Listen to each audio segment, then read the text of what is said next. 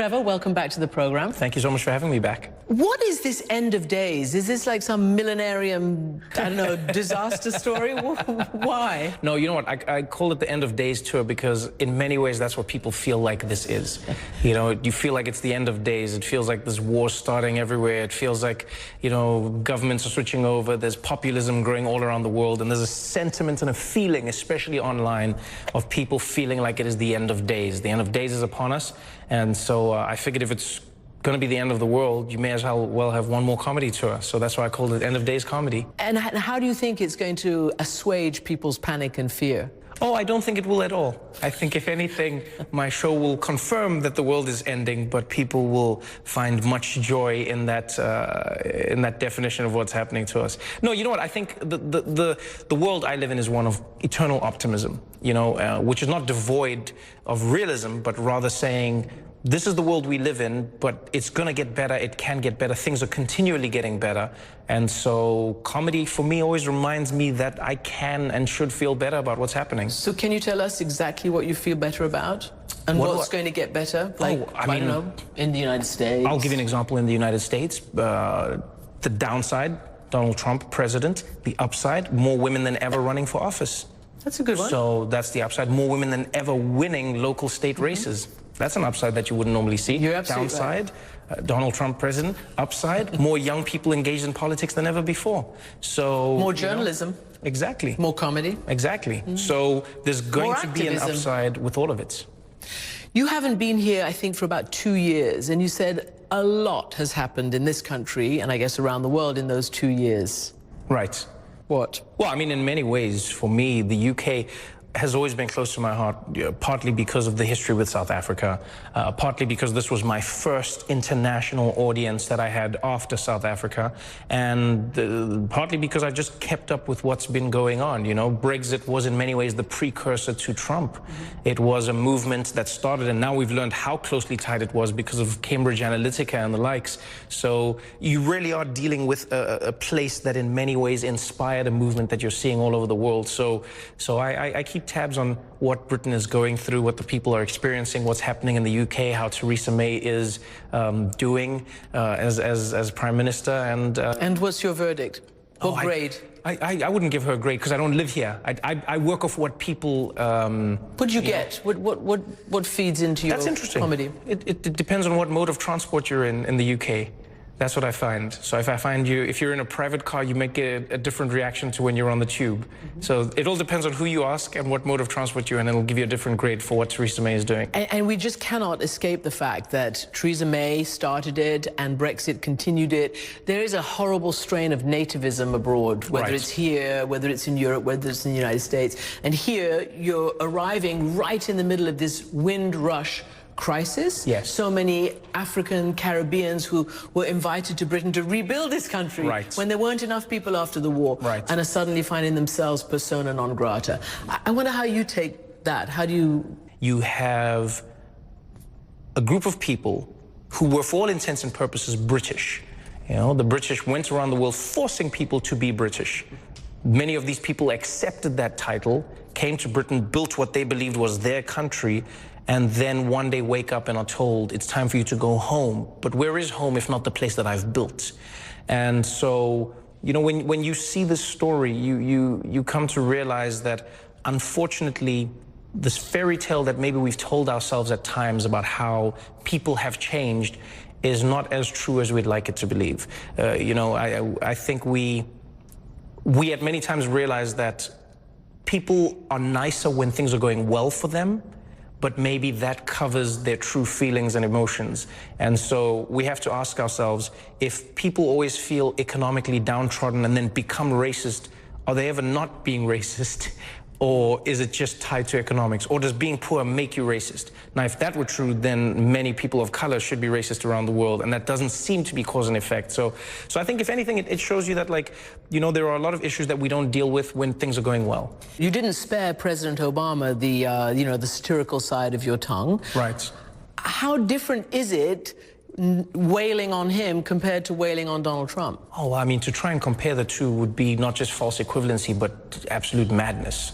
You know, anyone who tries to compare them has to admit that they're being crazy. I'm not. I'm just saying, You know? how No, different I'm not is it saying you, as I'm a saying comedian? it's oh wow, it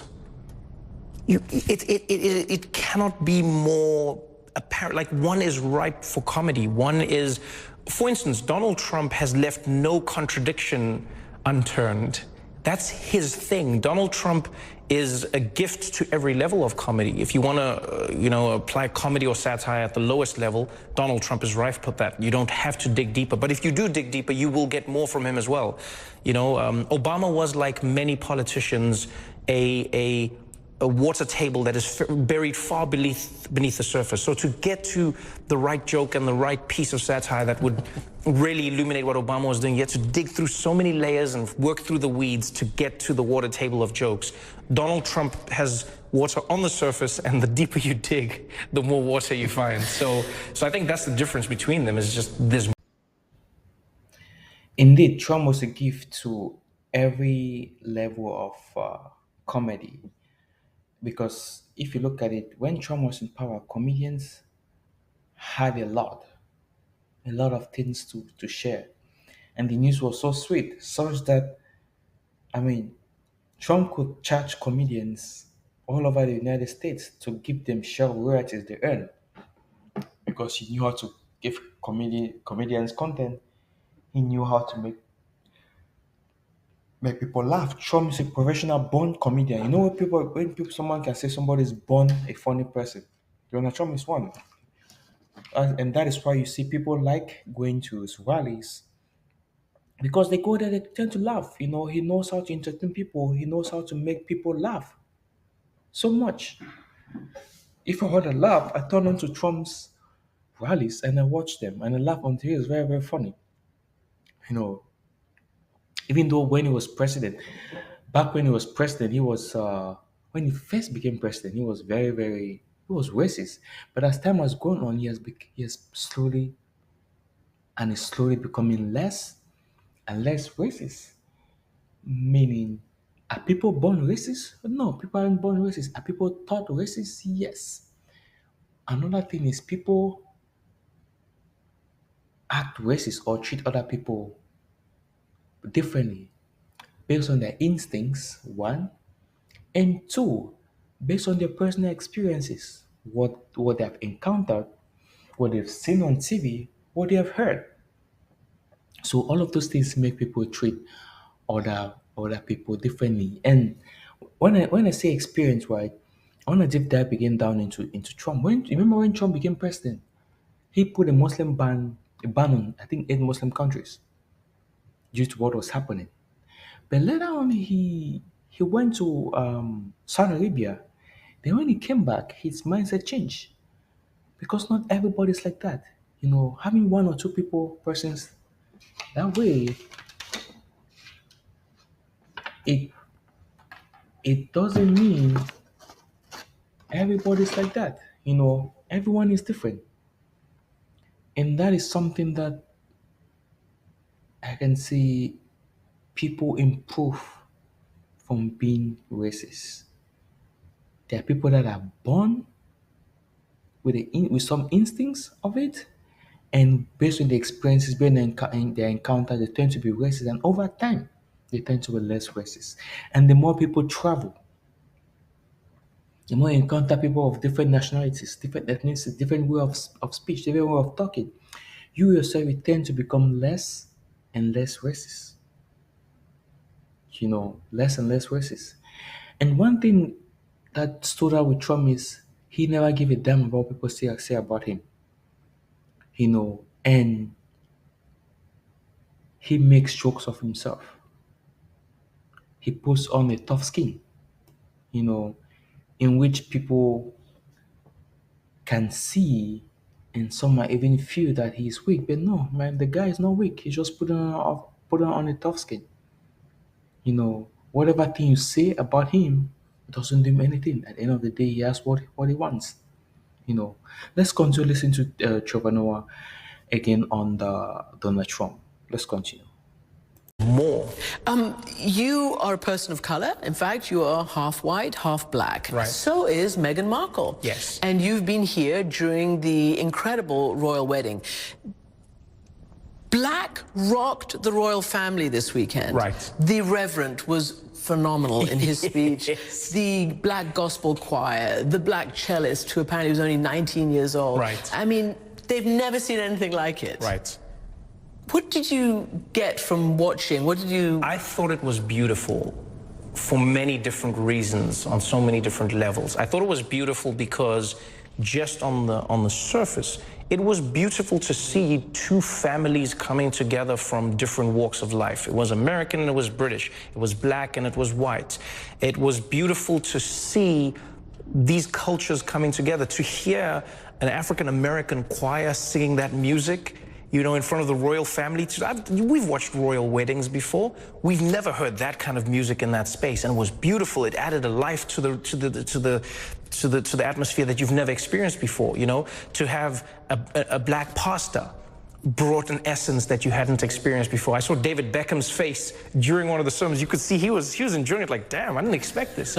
And I think that's what black people have brought to every single space that they've inhabited over time, is a flavor that is oftentimes missing. And I think what's been beautiful is seeing how people have embraced that. You know, people loved it, and that's what it's supposed to be. It's not supposed to be a good or bad. It's just supposed to be enjoy it, because that's what diversity brings. They did, and I wonder if you were struck. I was struck, but by actually how well the black culture fitted in with the, you know, the white culture, Right. the church culture fitting in with the royal. It actually worked. Yes, completely. It showed how diversity works. Yes, but that's the thing is, people, I don't know what people sometimes think. I don't know if they think that they'll invite black people to their wedding and all of a sudden, I don't know, there's going to be chaos. The people won't arrive on time. I don't know what they assume would happen.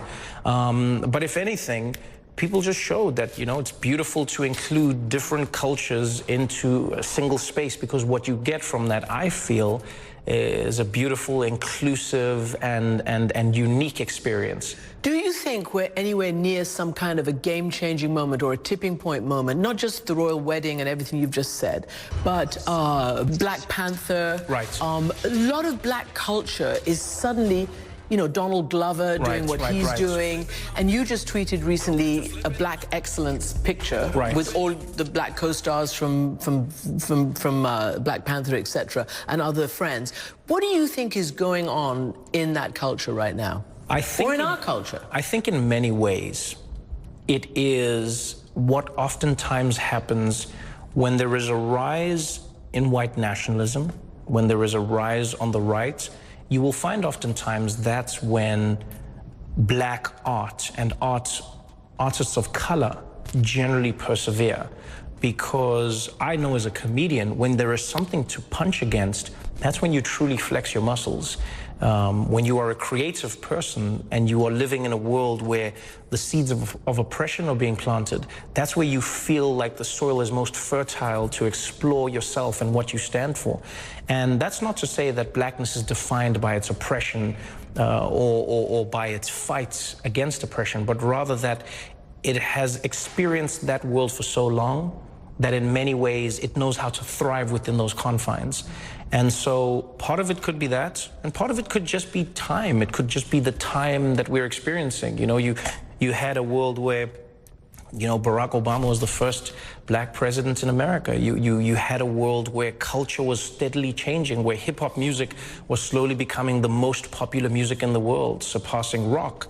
This is something that I think is also gradual. So we may be noticing it now, but you find the groundswell has been growing for such a long time. What were you saying with the picture that you tweeted? Because on the other side, of course, we still have, you know, cops killing black people. We have, you know, shootings. Obviously, a lot of black people are victims of those.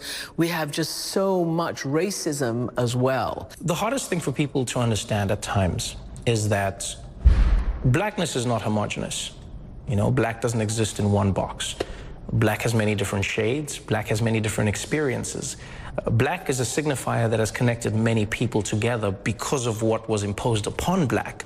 But the truth is, black in of itself has many different angles to it, and that's what's beautiful about it. And so the black experience, can contain joy, it can contain strife, it can contain struggle, it can contain excellence, it can contain all of these things, because that is nuance. That is what it's supposed to be. And so to be in a space, like for myself, to be at the Met Gala and to notice year on year that I've been lucky enough to be invited, how the group of people invited has slowly changed, to see it go from a group that you can fit in one picture to now multiple pictures, to now an ensemble that has to, stitch together separate images to work. That's a powerful moment for me. Nelson Mandela once said that people are born to hate. If people are taught to hate, they can also be taught to love. If people are taught to hate, people can also be taught to love. And that goes back to it goes back to apartheid in South Africa, where the whites were oppressing the blacks, and there was a time where the blacks were so oppressed in such a way that they took it as a norm, and they were not really mad at them anymore. They just took it as a normal way of life. you know. And Trevor once said that during that moment, one way that his mom and him were avoiding the hatreds and the racism from the whites was impersonation, where they were impersonating the white people in such a way that they would talk like them and act like them, making the white people confused. They're like, "What? Why is this person acting this way like that? Why? How do you sound like? How do you sound like me? Look at it. If you sound different, people just have that stereotype, that prejudice of seeing like, hey, this person is a bad person, doesn't sound like me, so he must be him. He must be bad, or he might be bad. Or some people see it as being dumb if you don't sound like them. Meanwhile, it's not so. Everybody, everybody's just different at the end of the day, and it's the beauty of creation. You know, race is not homogeneous, and God did it for a purpose. Same as blackness is not homogeneous. Just imagine all race was the same, were the same. Wouldn't that be crazy? Wouldn't that be sad? It's good to have diversity. You get to experience different flavors, different aromas, and different ways of things, and that makes it really nice.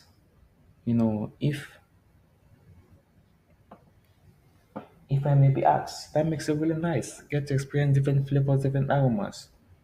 No one everything to all.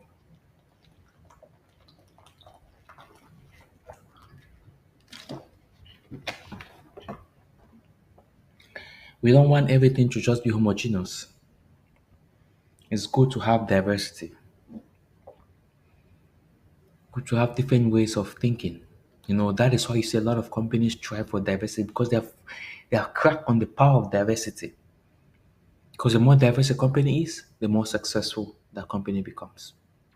Not just a company, even ideas, even things that you want to create. Try to get people's own thoughts and opinions about it.